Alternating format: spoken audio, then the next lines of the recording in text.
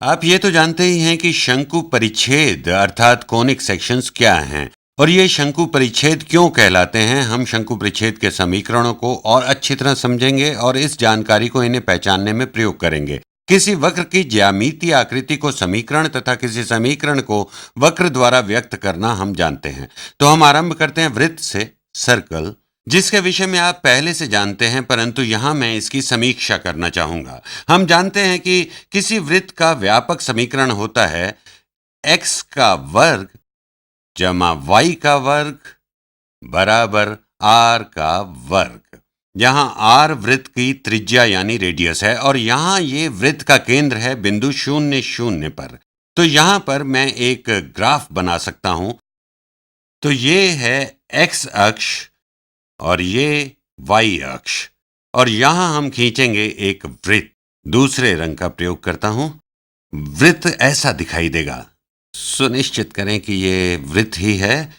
इसका केंद्र 0 0 है। ठीक ही बन गया। तो इसका केंद्र होगा यहां पर और इसकी त्रिज्या अर्थात रेडियस, यदि हम केंद्र से इस वृत्त के किसी भी बिंदु तक जाएं तो वो होगी r। अर्थात यदि हम यहां से यहां जाएंगे, यहां से यहां जाएंगे या यहां से यहां, ये r है, तो किसी सीमा तक ये दूरी सूत्र का विस्तार रूप है, जो वास्तव में विस्तार है पाइथागोरस प्रमेय का।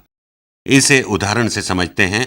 यदि हमें दूरी ज्ञात करनी है किसी बिंदु x, y और बिंदु 0 0 के बीच, तो हम घटाएंगे बिंदुओं के x को अर्थात x घटा 0, इसका वर्ग लेंगे और इसमें जोड़ेंगे y की दूरी के वर्ग को।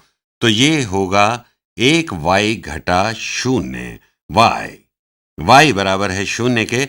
इसका वर्ग करेंगे तो ये बराबर होगा दूरी के वर्ग के। यदि हम इसे सरल करें तो x घटा 0 का वर्ग होगा x का वर्ग जमा ये होगा y का वर्ग बराबर है दूरी के वर्ग के। तो यहां पर ये समीकरण उन सभी बिंदुओं को निरूपित करता है जो d दूरी पर हैं, अर्थात दूरी d है बिंदु 0 0 से और ये एक वृत्त है। आप इसके बारे में थोड़ा ध्यान करें कि आप इसे दूरी सूत्र वाले वीडियो में पहले भी देख चुके हैं, लेकिन दूरी सूत्र हमें मिला है पाइथागोरस प्रमेय से। मैं चाहता हूं कि आप इसके बारे में सोचें और समझने का प्रयास करें तो ये स्पष्ट हो जाएगा। आपको इसकी जानकारी तो है ही। तो चलिए लौटते हैं आज के विषय पर। अब यदि आपके पास यह समीकरण है x का वर्ग जमा y का वर्ग बराबर 9, तो इसका लेखा चित्र ऐसा बनेगा। तो ये है x अक्ष, ये हो गया y अक्ष और इस पर खींचा ये वृत्त। वृत्त थोड़ा छोटा बना है और ये है वो दूरी वृत्त के केंद्र बिंदु से। तो त्रिज्या हो जाएगी इस वृत्त की 3। यहां पर ये 9 है। आप कह सकते हैं त्रिज्या 9 क्यों नहीं है, क्योंकि यहां ये त्रिज्या का वर्ग है। मूल सूत्र को ध्यान में रखें। मैंने अभी आपको बताया x का वर्ग जमा y का वर्ग बराबर है r के वर्ग के। तो यहां ये r का वर्ग है और यदि r का वर्ग बराबर है 9 तो ये बराबर होगा 3। ये ऋणात्मक 3 नहीं हो सकता। तात्पर्य यह है कि त्रिज्या ऋणात्मक नहीं हो सकती। यदि आप त्रिज्या ऋणात्मक पाते हैं तो अनिवार्यतः आपका उत्तर गलत होगा। तो स्पष्ट है कि यह एक वृत्त है, परंतु कई बार बीजगणित की कक्षाओं में वृत्त का स्थान बदलकर सवाल को जटिल बना दिया जाता है। तो मैं भी अब इस वृत्त का स्थान बदलने जा रहा हूं। मैं इसे यहां बनाता हूं। तो प्रारंभ में हमारा वृत्त था, मैं इसे फिर से बनाता हूं। ये था x का वर्ग जमा y का वर्ग। मैं इसे इस प्रकार लिखता हूं बराबर 3 के वर्ग के, जो कि बराबर होता है 9 के। और अब हम देखते हैं अपने नए वृत्त को। स्थानांतरित वृत्त है x घटा 1 का वर्ग जमा y जमा 2 का वर्ग बराबर है 3 के वर्ग के। अब अचानक ये देखिए कि ये जटिल लगने लगा है, परंतु ध्यान देने योग्य बात यह है कि हमने बस x घटा 1 लिख दिया है यहां इस स्थान पर, अर्थात x की जगह पर, और y जमा 2 लिख दिया है y के स्थान पर।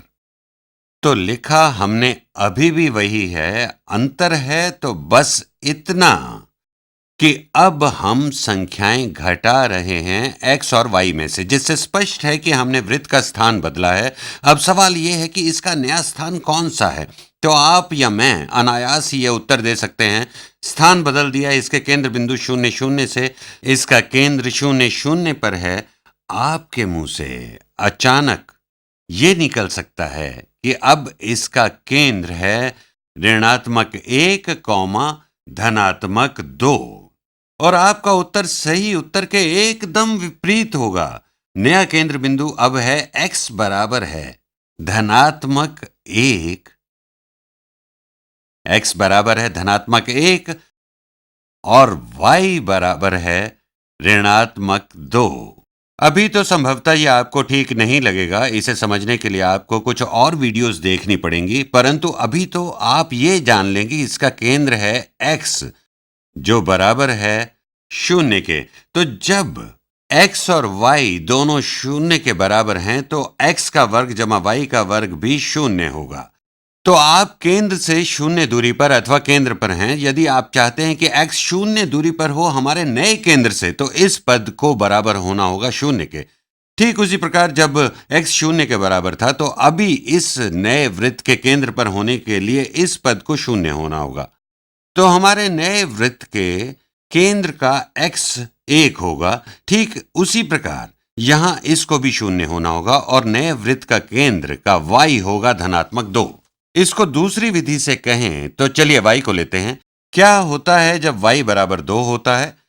हम इस वृत्त के किसी भी बिंदु पर हैं जहां y बराबर 2 है, तो वृत्त के किसी भी भाग में तो हम हैं, मैं यहां दिखाता हूं, जहां y बराबर 2 है। यहां ये त्रिज्या बराबर है 3। जब y बराबर है 2 तब हम यहां हैं, इस वृत्त पर यहां हो सकते हैं या यहां हो सकते हैं। अब हम वृत्त का स्थान बदलेंगे तो अब 0, 0 पर ना होकर हम होंगे 1, -2 पर। तो अब हमारा वृत्त का केंद्र होगा x बराबर 1 और y बराबर ऋणात्मक 2। तो ये है नया केंद्र और इस पर खींचा वृत्त कुछ ऐसा प्रतीत होगा। मैं पूरा प्रयास करूंगा यहां एक वृत्त बनाने का जो हमारे इस वृत्त से थोड़ी दूर हटकर दिखाई दे। ये तो ठीक नहीं बना, इसे फिर बनाता हूं। ओह, ये गलत बटन दब गया, ठीक नहीं बना। लगता है ये सही बन गया। हाँ, ये ठीक लगता है। तो इसका केंद्र हमने 2 नीचे और 1 दाएं खिसका दिया है। 2 नीचे और 1 दाएं खिसका दिया।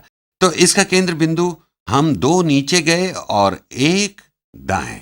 अब यदि यहां आप देखें जहां y बराबर 2 था वो बिंदु या तो यहां था या फिर यहां था। उसी प्रकार नए वृत्त के समतुल्य बिंदु यहां पर होंगे, लगभग यहां होने चाहिए। जब स्थान परिवर्तन हो रहा है पहले नीचे और फिर दाएं।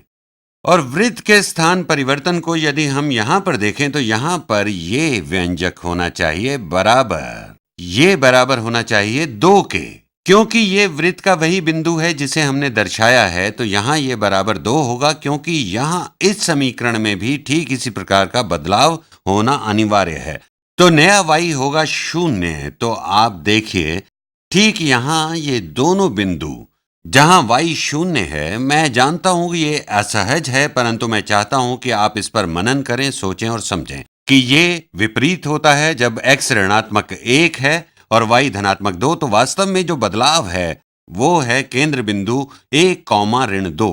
इसे आप इस प्रकार भी याद कर सकते हैं, जो इसको 0 कर दे और इसको भी 0 बना दे वही आपका नया केंद्र बिंदु है। मैं वास्तव में चाहता हूं कि आप इस विषय में सोचें, वृत्त के इस स्थान परिवर्तन को समझें, इसके आलेख खींचकर इसे समझने का प्रयास करें।